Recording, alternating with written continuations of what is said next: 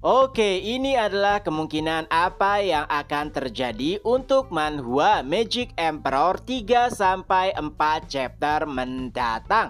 Pada spoiler minggu lalu, Mimin menceritakan sampai Zofan berada di gua tempat pelatihan dan pimpinan sekte para Yang Mulia mengira jika Yang Mulia pertamalah yang tengah melakukan pelatihan. Padahal itu adalah Zofan dan ternyata gua yang ditunjukkan oleh Pak Tua Yuan adalah gua tempat pelatihan Yang Mulia pertama. Adapun chapter 606 itu berakhir saat Pak Tua Yuan mengatakan bahwa ia mengetahui tempat yang cocok untuk Zofan melakukan penerobosan. Nah, di dalam gua sendiri tentu saja Zofan merasa jika dirinya harus fokus karena ini adalah langkah selanjutnya yang harus ia capai dengan sempurna.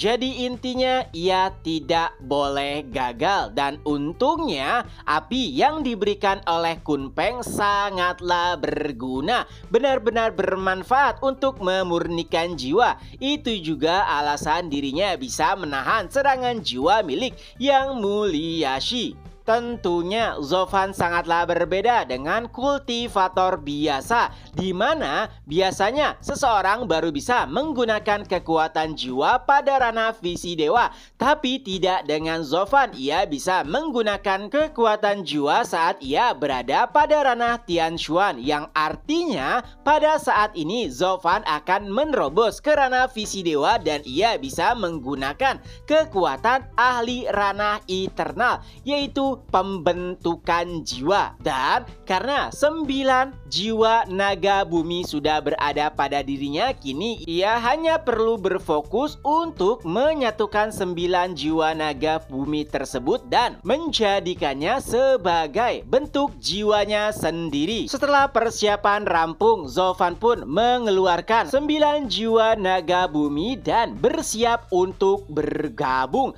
Getaran bahkan terasa di seluruh penjuru sekte. Tapi sebelum 9 jiwa naga bumi bergabung, Zofan pun merasakan getaran lainnya pada cincin gunturnya. Tentu saja itu adalah hal yang aneh. Dan saat memeriksa sumber dari getaran tersebut, ternyata itu adalah pedang milik Dugu Zantiang. Yang lebih mengejutkan adalah ternyata jiwa naga bumi ke-10 tersegel di dalam pedang tersebut. Ini adalah benar-benar jackpot. Padahal Zofan sudah menyerah untuk bisa mendapatkan bentuk jiwa naga surgawi. Tapi siapa sangka pedang peninggalan Dugu Zantian memberikannya sebuah keberuntungan besar. Zofan merasa berterima kasih kepada almarhum Dugu Zantian. Dengan begitu 10 jiwa naga sudah terkumpul dan saat ini yang perlu ia lakukan hanyalah menggabungkan 10 jiwa naga bumi tersebut. Dan goncangan yang lebih besar pun mulai terasa. Bahkan kekuatannya sampai dirasakan oleh 2 orang di sebuah tempat tersembunyi. Nampaknya ini adalah master dan juga muridnya, di mana sang master berkata, berani-beraninya seseorang di dunia fana berusaha menggunakan kekuatan nagaku. Ya, sosok yang berkata ini nanti diketahui sebagai leluhur naga, salah satu dari 5 binatang suci, sama seperti Kunpeng. Saat seseorang ingin mengambil bentuk jiwa naga surgawi, maka ia akan bisa merasakannya. Dan muridnya berkata, tapi master, bukankah sudah ada manusia yang bisa menggunakan jiwa naga surgawi? Ya, itu adalah naga ganda. Walau begitu, sang master mengatakan bahwa hanya sedikit yang bisa menggunakan kekuatan naga surgawi. Banyak orang yang telah mencoba melakukannya, tapi pada akhirnya semuanya gagal. Naga ganda mungkin adalah sebuah pengecualian. Jadi ia yakin bocah yang ingin mendapatkan kekuatan jiwa naga surgawi saat ini akan gagal. Nah, ini membuat si murid menjadi sedikit pesimis karena ternyata ia juga tengah ingin membentuk kekuatan jiwa naga surgawinya. Tapi sang master berkata tidak perlu khawatir atas bimbingan dan juga arahannya. Ia tidak ia akan gagal. Lalu sang master bertanya, apakah jiwa-jiwa dari cacing tanah itu sudah siap? Dan sang murid pun menjawab, Master, itu bukan cacing tanah, melainkan jiwa naga bumi. Sang master pun menjawab, apa bedanya? Bagiku mereka hanyalah cacing tanah. Dan karena persiapan sudah rampung, maka ia juga harus bersiap untuk membentuk jiwa naga surgawinya. Berpindah lagi ke Zulfan. Ya, efek yang ditimbulkan saat pembentukan jiwa naga surgawi benar-benar dahsyat. Bahkan penghalang yang diciptakan oleh ketidakkekalan 5 hampir tidak bisa menahannya. Pimpinan sekte dan para yang mulia juga bisa merasakan dari kejauhan bahwa ini adalah sesuatu yang tidak biasa, karena mereka masih mengira jika yang melakukan pelatihan tertutup adalah yang mulia. Pertama, mereka pun menganggap bahwa yang mulia telah mencapai sesuatu yang baru. Itu membuat yang mulia Shi senang, karena setidaknya tidak akan ada yang mengganggunya selama beberapa hari ke depan. Kembali lagi ke Zulfan, ternyata membentuk jiwa naga surgawi bukanlah perkara mudah. Zulfan bahkan sampai memuntahkan darah karena tidak bisa mengontrol 10 jiwa naga bumi sepenuhnya.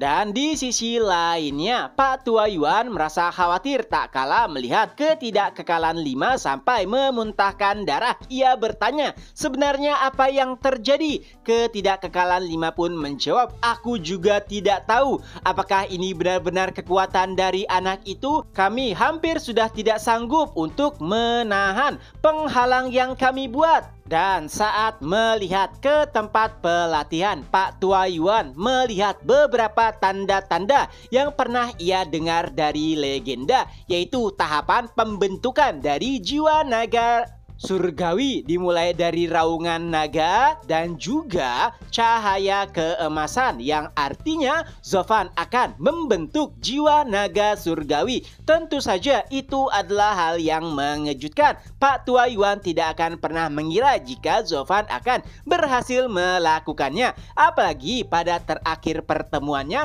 Zulfan hanya mengatakan bahwa ia telah memiliki 9, bukannya 10.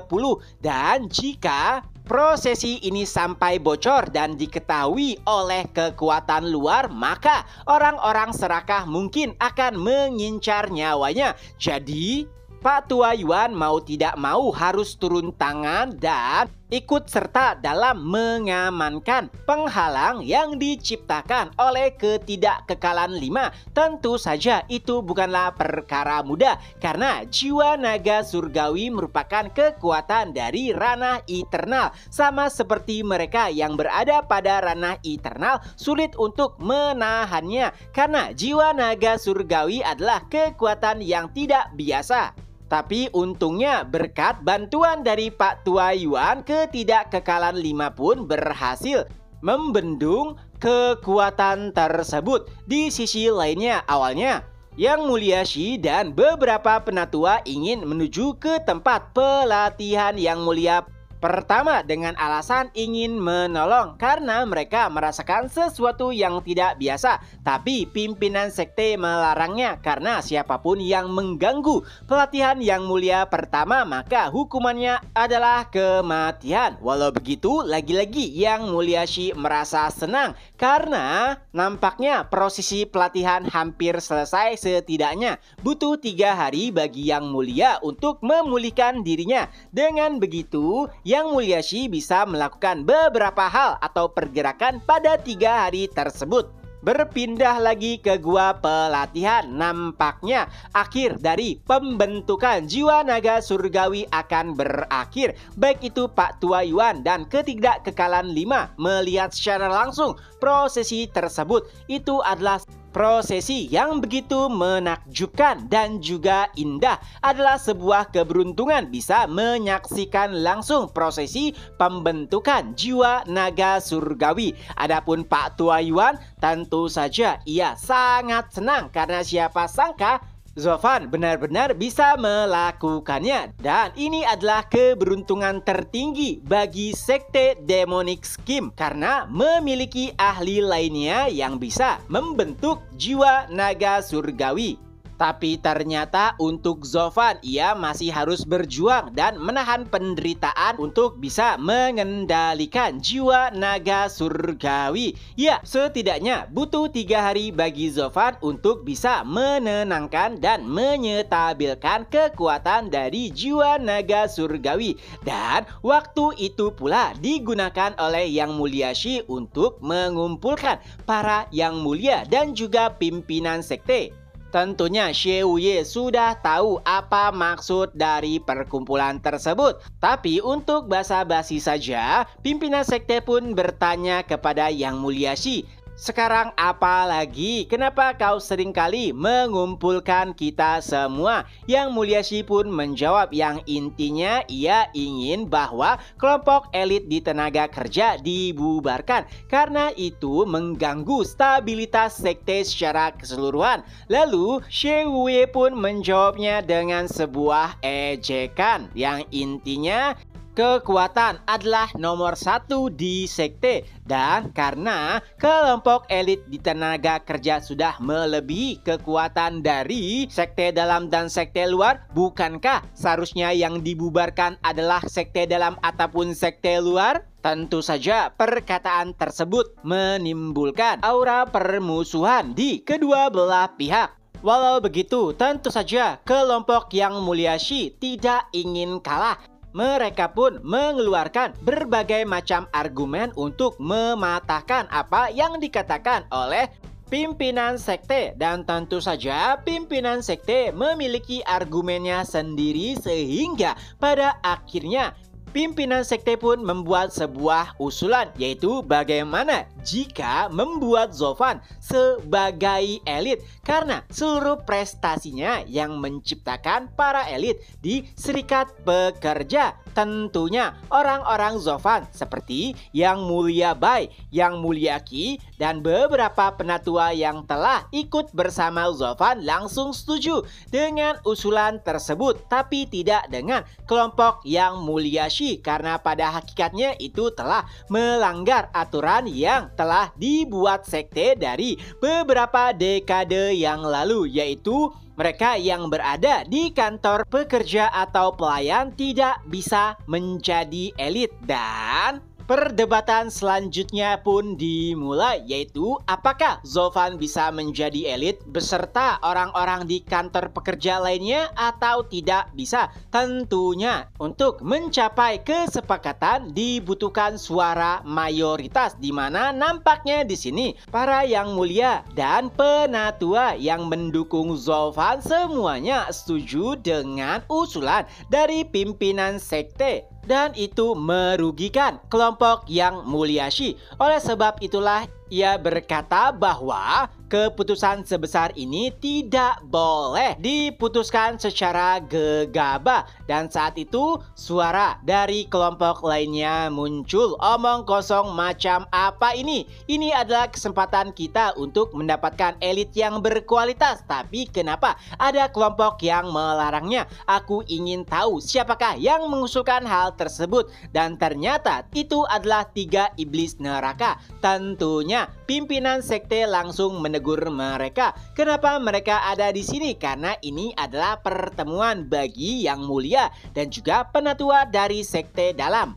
Tapi nampaknya 3 iblis neraka tidak terlalu peduli terkait hal tersebut. Yang lebih penting adalah siapakah orang tua bodoh yang ingin menyia-nyiakan bakat terbaik di sekte kala ini. Ya, ia bahkan mulai menceritakan bagaimana kisahnya saat pertemuan naga ganda, di mana pada akhirnya sekte Demonic Scheme hanya mendapatkan kegagalan dan perwakilan mereka hanya kembali 4 orang saja, yaitu 3 iblis neraka dan juga Xie Wuye. Intinya mereka tahu benar apa yang terjadi pada kompetisi naga ganda, dan bakat-bakat terbaik seperti Zovan seharusnya lah yang ikut dalam kompetisi naga ganda. Saat para iblis neraka tengah menceritakan kisahnya, Yang Mulia Shi pun terlihat tersenyum. Ya, setidaknya 3 iblis neraka akan mengoceh kurang lebih 2 jam. Dan itu adalah waktu yang pas untuk mengobrak-ngabrik kantor elit pekerja, karena ia telah mengirim dua muridnya untuk menghancurkan kantor pekerja tak kalah semua orang tengah berkumpul di sini. Dan benar saja, nampak dua sosok, seorang perempuan dan juga pria tengah mendekati makam yang merupakan tempat pelatihan para elit pekerja. Dan chapter pun berakhir. Nah, itulah kemungkinan apa yang akan terjadi untuk 3-4 chapter mendatang di Manhwa Magic Emperor. Semoga terhibur, ketemu lagi di next video, bye-bye.